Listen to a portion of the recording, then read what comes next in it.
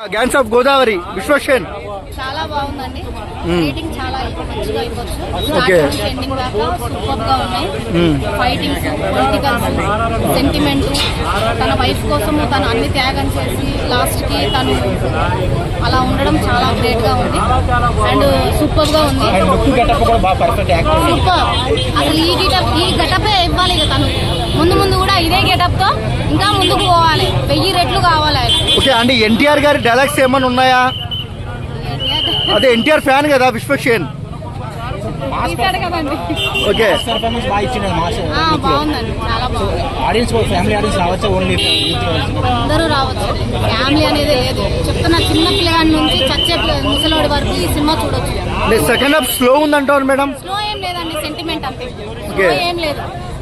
Starting నుంచి afternoon మధ్యాహ్నం మధ్య వరకు ఎలా ఉందో మధ్య నుంచి లాస్ట్ వరకు కూడా అలాగే ఉంది. ఓకే. అంజలి సెంటిమెంట్ అంతే. బాగుందండి. వైఫ్ క్యారెక్టర్ బాగుంది, ప్లస్ వేసే క్యారెక్టర్ కూడా చాలా బాగుంది. అసలు వైఫ్ కన్నా వేసాకి 100% ఇవ్వచ్చు. ఓకే అంటే అంజలి గారు ఎలా అనిపించారు? వైఫ్ క్యారెక్టర్ కదా, చాలా బాగుంది.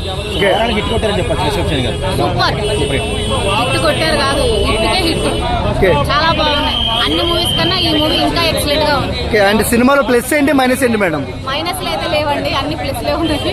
మైనస్ లో అయితే ఏమీ లేవు, అన్ని బాగున్నాయి. రేటింగ్ అయితే కంపల్సరీ ఇవ్వచ్చు. ఇది 100 కాదు 1000 కూడా వెళ్ళిపోతూ ఉంటాం కదా. ఓకే. మాక్సిమం కలెక్షన్ ఎంత కొట్టొచ్చు ఇన్ తెలుగులో? ఎంత అంటే అది మనం చెప్పలేము. ఓకే. రేటింగ్ ఎంత ఇస్తారు ఓవరాల్ గా మూవీకి? 5 కి 5, 100 కి 100. ఓకే. అంత ఉందా మేడం సినిమా? సూపర్ గా ఉందండి. Mind blowing. చెప్తున్నా కదా, నా మైండ్ అయితే చాలా బ్లో అయింది. మరి ఆ సెంటిమెంట్ చూసి నేను కూడా ఇంకో సినిమా తీస్తే బాగుంది. మొత్తం ఓకే. సాంగ్ ఐటమ్ సాంగ్ ఎలా అనిపించింది? బాగుందండి, చాలా బాగుంది. నెక్స్ట్ రింగ్ టోన్ కూడా అదే పెట్టుకుంటాను. Thank you madam.